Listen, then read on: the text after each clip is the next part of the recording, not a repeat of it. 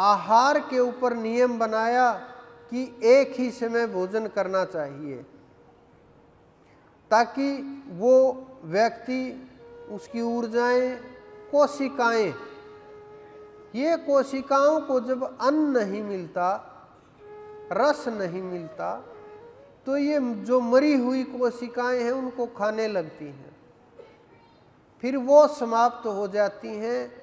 फिर जो नसों के अंदर जमी हुई है वसा, जो ये नसों की ब्लॉकेज है और कारण है, इन चीज़ों को खाने लगती है। फिर जब वो चीज़ें समाप्त हो जाती हैं, फिर जो आपके शरीर के रोग उत्पन्न करने वाली चीज़ें हैं उनको वो खाने लगते हैं। फिर जब वो समाप्त हो जाती हैं तो ये समय को भी खाने लगती हैं। ये कोशिकाओं का जाल है, कोशिकाओं का खेल है, ये कोशिकाओं की रचना है। मैं पढ़ रहा था कि अभी एक व्यक्ति ने अपने शरीर के ऊपर काम किया है कि उन्होंने अपनी 20 साल जो आयु है वो कम की है।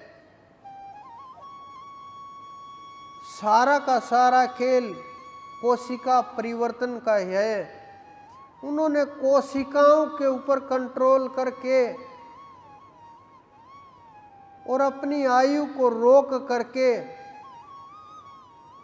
आयु कम करने की कोशिश की, यानी कोशिकाओं को युवावस्था में ले करके गए, उनके ऊपर काम करके।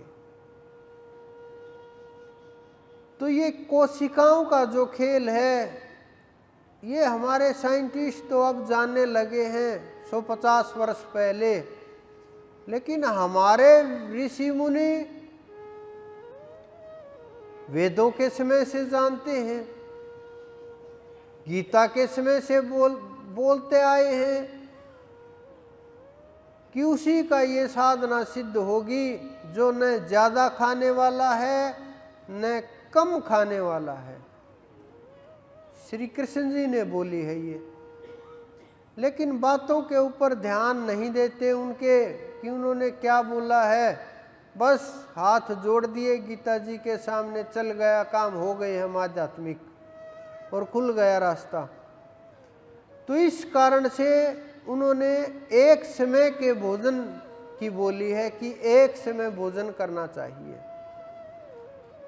फिर लोगों का काम इससे भी ना चला तो उन्होंने बोला 2 समय भोजन कर लो, कम से कम भोजन के बीच में 10 घंटे 8 घंटे का फासला तो चाहिए, अंतराल तो चाहिए, या बस लगे ही रहोगे।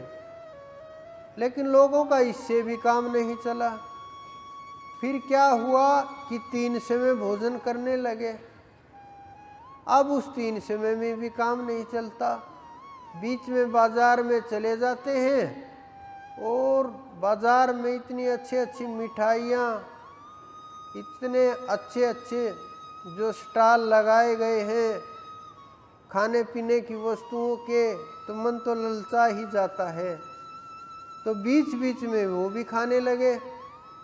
तो कोशिकाओं की भागदौड़ ही होती रहती है, वो शरीर की तरफ कम ध्यान देती हैं, बस भाग भाग करके रस लेने में लगी रहती हैं। क्या फिर आ गया, फिर आ गया, यही लगा रहता है। और शरीर में आप जितना डालोगे वो अपना काम शुरू कर देगा।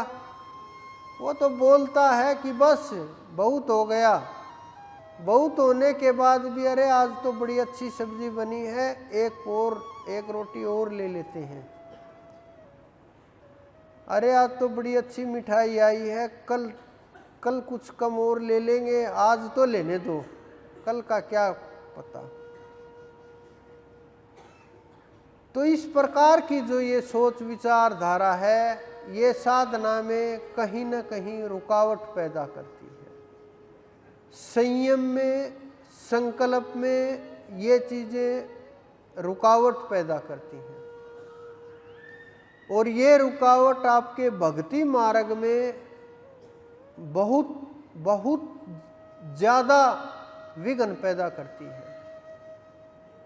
ये सब कुछ देख करके हमारे ऋषियों ने सोचा कि एक समय तो लोग नहीं कर रहे, अब कम से कम इतना कर दें, सप्ताह में एक दिन तो भोजन छोड़ दें। लेकिन फिर वो भी नहीं हो पाया। फिर उन्होंने क्या किया कि 4 नवरात्रे बना दिए कि कम से कम साल में 1 महीना तो भोजन छूट ही जाएगा, शरीर फिर से क्रिया में आ जाएगा और फिर से शरीर के अंदर जो कमियां हैं वो पूरी हो जाएंगी। लेकिन लोग उनको भी नहीं कर पाए।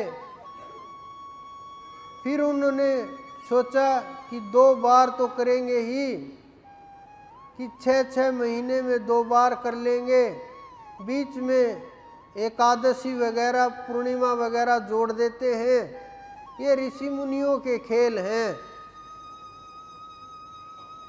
ये जितने व्रत हैं ये आपको शरीर को, रचना को शरीर की सही करने के लिए हैं। ये नहीं कि आप नहीं, अगर एक दिन व्रत करोगे जन्माष्टमी का, नहीं खाओगे तो परमात्मा आपके द्वार के ऊपर आकर के कहेंगे, अरे बड़ा तपस्वी है, मुझे तो आज अवतार लेना था, अगर भूखे नहीं रहते तो अवतार कैसे लेता। ये उनके लिए नहीं है, ये कोई देवों के लिए, देवियों के लिए भी नहीं है।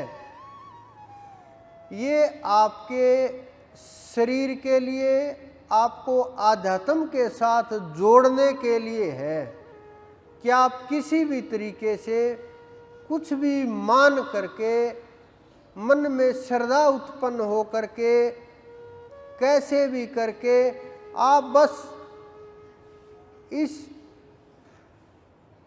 भूख के ऊपर, शरीर के ऊपर, जीवन के ऊपर नियमों का प्रभाव हो और कोशिकाओं के ऊपर प्रभाव हो और आप आध्यात्म की तरफ बढ़े और शरीर रोग मुक्त रहे। कुछ लोग तो